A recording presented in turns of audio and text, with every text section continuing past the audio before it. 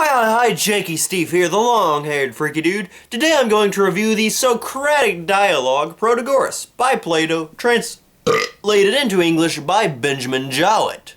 The dialogue starts off with Socrates' friend, Hippocrates, not the physician, getting really excited about the most famous sophist coming to town, Protagoras. And a sophist is someone who proclaimed that they were able to teach virtue and wisdom and thus made it their profession. Selling wisdom, in Socrates' own words, a sophist is one who deals wholesale or retail in food of the soul. Hippocrates is so excited that he wakes Socrates up in the middle of the night to break the news to him. Naturally, Socrates wants to question this guy, so they go to do just that, and a riveting dialogue ensues between Socrates and Protagoras on the nature of virtue and whether or not it can be taught. Socrates is initially anxious to question Protagoras because he is worried about Hippocrates and that this proclaimed seller of virtue has the potential to corrupt Hippocrates' soul. If you were going to commit your body to someone who might do good or harm to it, would you not carefully consider and ask the opinion of your friends and kindred and deliberate many days as to whether you should give him the care of your body? And he urges that the soul is even more important than the body, and that a matter of the soul needs even more careful consideration. And Socrates says here, infamously, that knowledge is the food of the soul. Really a great quote. You've probably heard it many times, and this is where it comes from. But if this is so, then these sophists claim to be able to sell this knowledge. He urged Hippocrates that only once someone understands the nature of good and evil can they safely and objectively buy knowledge without being corrupted.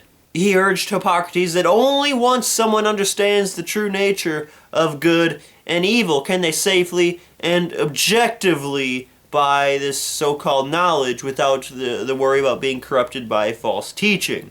Socrates says, "You cannot buy the wares of knowledge and carry them away in another vessel. When you have paid for them, you must receive them into the soul and get your way, either greatly harmed or greatly benefited."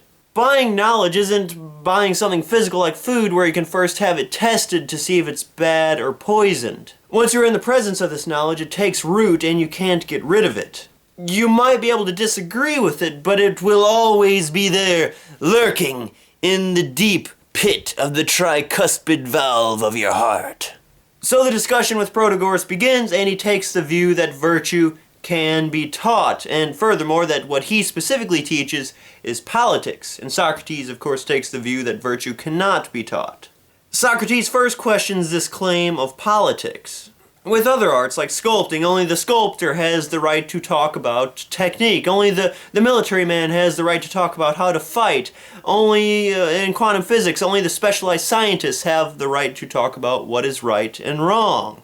But when the question is an affair of state, then everybody is free to have a say. This would in effect make politics and thus virtue innate. It's not something that needs to be learned. It's not an art where you need to be specialized in it to talk about. This is what Socrates argues. He says that professors of the aforementioned arts can impart their wisdom to their fellow students, but politicians cannot. Now, I somewhat disagree with this. I mean, a great artist like Michelangelo can't necessarily create another prodigy, nor can a great mind like Einstein necessarily create someone who is equal in understanding of physics.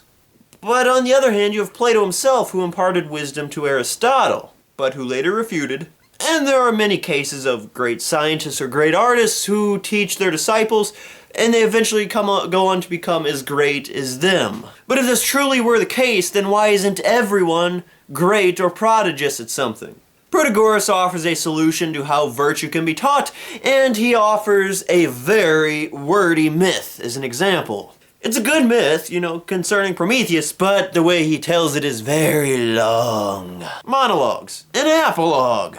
And here in this monologue, he says that art of government, of which the art of war is part. He says that the government isn't government without war. I find that hard to accept. There are many great governments who don't employ war as a means of survival. Perhaps, however, this encompasses diplomatic war, in which case I would agree. But anyways, I thought Protagoras actually made some great points in the matters of virtue and how it can be taught. If you think, Socrates, of the nature of punishment, you will see at once that in the opinion of mankind, virtue may be acquired. No one punishes the evildoer under the notion, or for the reason, that he has done wrong. Only the unreasonable fury of a beast acts in that manner. But he who desires to inflict rational punishment does not retaliate for a past wrong, which cannot be undone. He has had regard to the future, and is desirous that the man who is punished, and he who sees him punished, may be deterred from doing wrong again. He punishes for the sake of prevention, thereby clearly implying that virtue is capable of being taught. I think this has a lot of merit to it. I mean, why else punish? Why else have jails if not under the notion that virtue can in fact be taught? But on the other hand, there still are criminals who commit crimes even after being punished. As a side note, I think this is the struggle of Morgan in The Walking Dead. Can virtue be taught? Will he really be able to make a virtuous man out of Negan? Morgan's system depends upon what Protagoras preaches. Anyways, Socrates too was amazed, but of course he has his usual sass. So charming left his voice that I the while, though him still speaking, still stood fixed to hear. We think he actually agrees with him, but then this happens. O son of Apollodorus, how deeply grateful I am to you for having brought me hither. I would not have missed the speech of Protagoras for a great deal, for I used to imagine that no human care could make men good. But I now know better. Yet I still have one small difficulty, which I am sure that Protagoras will easily explain, as he has already explained so much. Aw, snap! It's getting ready to go down! Protagoras is about to be mentally drawn and quartered. He begins his counter by asking if virtue is one or if it has many parts, like, courage, temperance, etc. They determine that it is many parts and that not every person has every part. And every part has different functions. Protagoras therefore believes that all of the parts are unlike, and therefore that they have nothing in common. They just go together to make up the whole thing, which is virtuousness. But Socrates argues that they are in fact all alike and that they all have something in common. Protagoras, of course, defends his view with if situations and lengthy monologues. But Socrates says the conclusion will be best proven if there be not if. This needs to be an absolute, not an exception. We must finish the inquiry and not faint. Protagoras' monologues were indeed long and fainty. Enough to make one lose one's concentration, anyway. And Socrates even complains about it causing him to daydream. But that's what a sophist is good at doing, talking, monologues. They don't question things. So Protagoras, he doesn't want to change the way that he answers. Socrates wants him to answer in short words. Eventually, the board of people at the table with him all decide that Protagoras should indeed answer with short answers. Friends argue with friends out of goodwill, but only adversaries and enemies wrangle. So now the answer is settled, Protagoras brings poetry in the matter, and they begin interpreting different lines of poetry.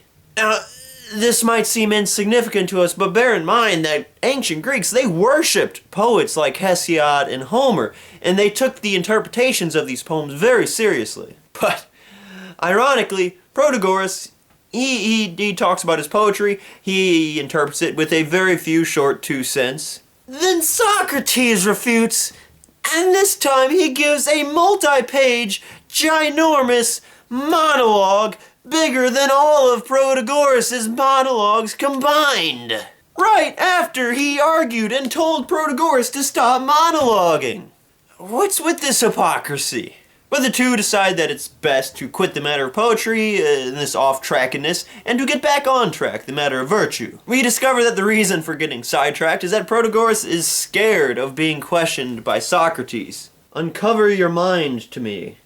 It's kind of perverse, but it's the only way to understand other people and the way they think and function. You have to strip a mind down to its nude form, naked and afraid, in order to understand why someone truly believes what they believe in. And that is what Socrates does a great job of. Do not imagine that I have any other interest in asking questions of you, but that of clearing up my own difficulties. Now back on track, they ponder whether pleasant things, good or painful, are evil. They offer many cases to prove that this isn't necessarily true. Some things pleasant can be evil, drugs for example. Some things painful can be good, like surgery. But Socrates realizes that these things, these evil pleasures, ultimately lead to much greater evil pains, and that these good pains ultimately lead to much gooder pleasures. So therefore he determines that in the web work of balancing good and evil, in the end, pain and pleasure cancel each other out. And in such, pain is always evil, and pleasure is always good. When a man is compelled to choose one of two evils, no one will choose the greater when he may have the less. And he says of good that one will always choose the more good over the less good. And when it comes to a matter of pain and pleasure, one will always choose the thing, or one is more likely to choose the thing where the result, the outcome, is more pleasure and less pain. Ultimately, it's the ends that people will choose for. That's essentially what he's saying here. More good and less evil. So somehow from this, Socrates derives that no one voluntarily pursues evil, but I have a hard time believing in this. There are some genuinely evil people in the world. So through this line of questioning, we actually do end up seeing that all parts of virtue do indeed have something in common. And in a twisted case of irony, Protagoras is talked into speaking in short sentences, and now he actually thinks that virtue cannot be taught.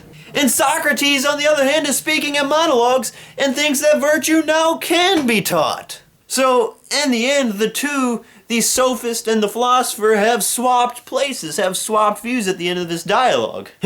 It's kind of a funny story.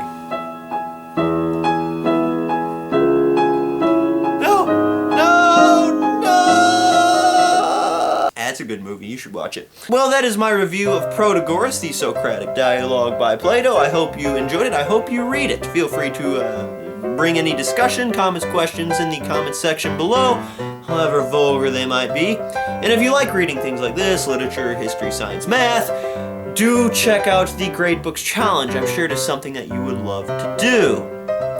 If you want to see other great videos like cooking tutorials, how to use a typewriter, headbanging to classical music, then might I suggest checking out my channel and hitting the subscribe button. There will be many more great videos in the future.